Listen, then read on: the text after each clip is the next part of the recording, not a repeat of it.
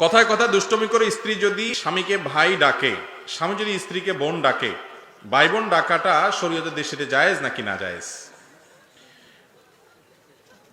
আমাদের সমাজে মহব্বতের চোটে আমরা যে আরো কত কিছু করি, অনেকে এই কাম করে যে স্বামী তার স্ত্রীকে কি বলে, বোন ডাকে, আবার স্ত্রী তার স্বামীকে ভাই ডাকে। আবু দাউদের এক হাদিস থেকে আমরা জানতে পারি যে এক ব্যক্তি নবী করিম সাল্লাল্লাহু আলাইহি সাল্লামের যুগে তার সময় এরকম, তিনি পুরুষ ছিলেন, তার স্ত্রীকে তিনি বোন ডেকেছেন, হে বোন আমার, এরকম বলেছেন। তো এই ডাক শুনে নবী করিম সাল্লাল্লাহু আলাইহি সাল্লাম তাকে নিষেধ করেছেন যে এভাবে ডাকবা না। অতএব স্বামী স্ত্রী একে অন্যকে কি ডাকবে না, ভাই বোন বলে ডাকবে। যদি সন্তান থাকে তাহলে অমুকের বাপ অমুকের মা বলবে।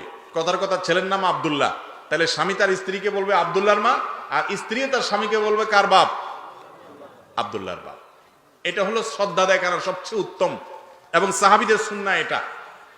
আর অন্য কোনো উপায়ে তো ডাকতে পারে না। আমাদের দেশে আপনার সাধারণত গ্রাম দেশে দেখা যায় এখনো মা চাচিদের মধ্যে এই প্রচলন আছে যে মুরব্বীদেরকে স্বামীদেরকে ডাকার সময় কি বলে,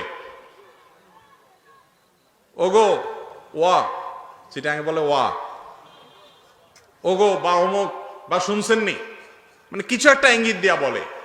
তো নাম ধরা জায়েজ আছে কিনা সেটা আরেক বিষয়। নাম ধরা হাদিসের আলোকে কোনো নিষেধ বিষয় না, কিন্তু কোনো সমাজে বড়দেরকে নাম ধরাটা যদি বেয়াদবি মনে হয়, অসম্মান মনে হয়, তাহলে সেটা অবশ্যই করবে না। এটা ওরফের উপর নির্ভর করবে, প্রচলনের উপর নির্ভর করবে।